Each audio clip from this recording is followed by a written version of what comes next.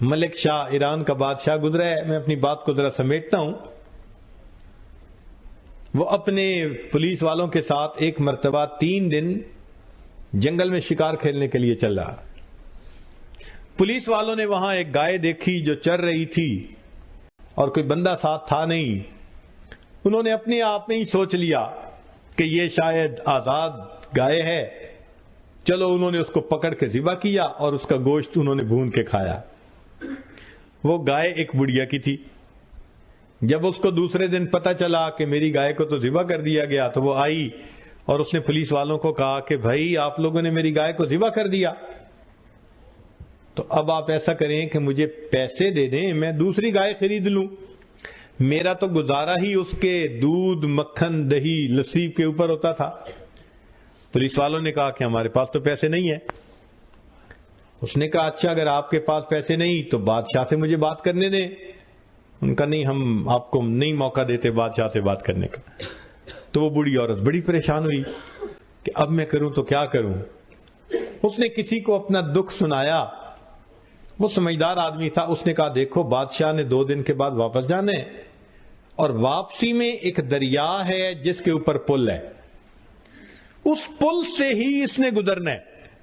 تم چلی جاؤ، پل پہ بیٹھ جاؤ. جب بادشاہ کی سواری گزرنے لگے تو سواری کو روک کے بات سنا دینا، بادشاہ تمہیں گائے کے پیسے دے دے گا، اچھا بندہ ہے. لو جی بوڑھی اماں وہاں پہنچ گئی. جب تیسرے دن بادشاہ کی سواری وہاں سے گزرنے لگی تو بڑھیا اٹھی اور بادشاہ کے گھوڑے کی لگام اس نے پکڑ لی، کھڑا کر لیا. تو محمد شاہ نے پوچھا، ملک شاہ نے پوچھا کہ اماں میری سواری کیوں روکی ہے؟ تو بڑھیا نے اس وقت اس کو ایک بات کہی کہ ملک شاہ میرا اور تیرا ایک معاملہ ہے.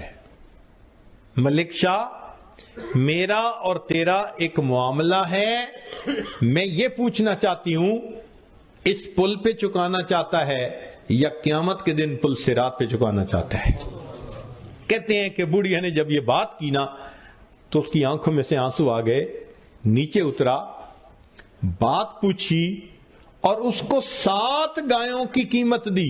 7 گایوں کی، اور 7 گایوں کی قیمت دے کے ہاتھ جوڑ کے کہا کہ اماں ادھر ہی معاف کر دینا، میں پل صراط پہ جواب دینے کے قابل نہیں. ہم نے اللہ کے جن بندوں کے دل دکھائے ہیں دنیا میں ان سے معافی مانگ لینا آسان ہے، ورنہ کل قیامت کے دن اگر پل صراط پہ ہمیں کھڑا کر لیا گیا تو ہمارا کیا بنے. اس لیے قرآن مجید میں ہے کہ کچھ لوگ ہوں گے اللہ تعالیٰ کے سامنے سے جب جائیں گے نا، آپ نے دنیا میں دیکھا نا ایئرپورٹ پہ سکیننگ مشین ہوتی ہے، ایک ایک کر کے جاتے ہیں تو جس کے پاس کوئی میٹیلک چیز ہوتی ہے تو بیپ آ جاتی ہے تو وہ پھر اس کی تفتیش کرتے ہیں، اور جس کے پاس کچھ نہیں ہوتا وہ سیدھا گزر جاتا ہے. قیامت کے دن اسی طرح ہوگا. ایک ایک بندہ جئتمونا فرادا کما خلقناکم اول مرہ، اللہ فرماتے ہیں ایک ایک کر کے تم میرے سامنے سے جاؤ گے.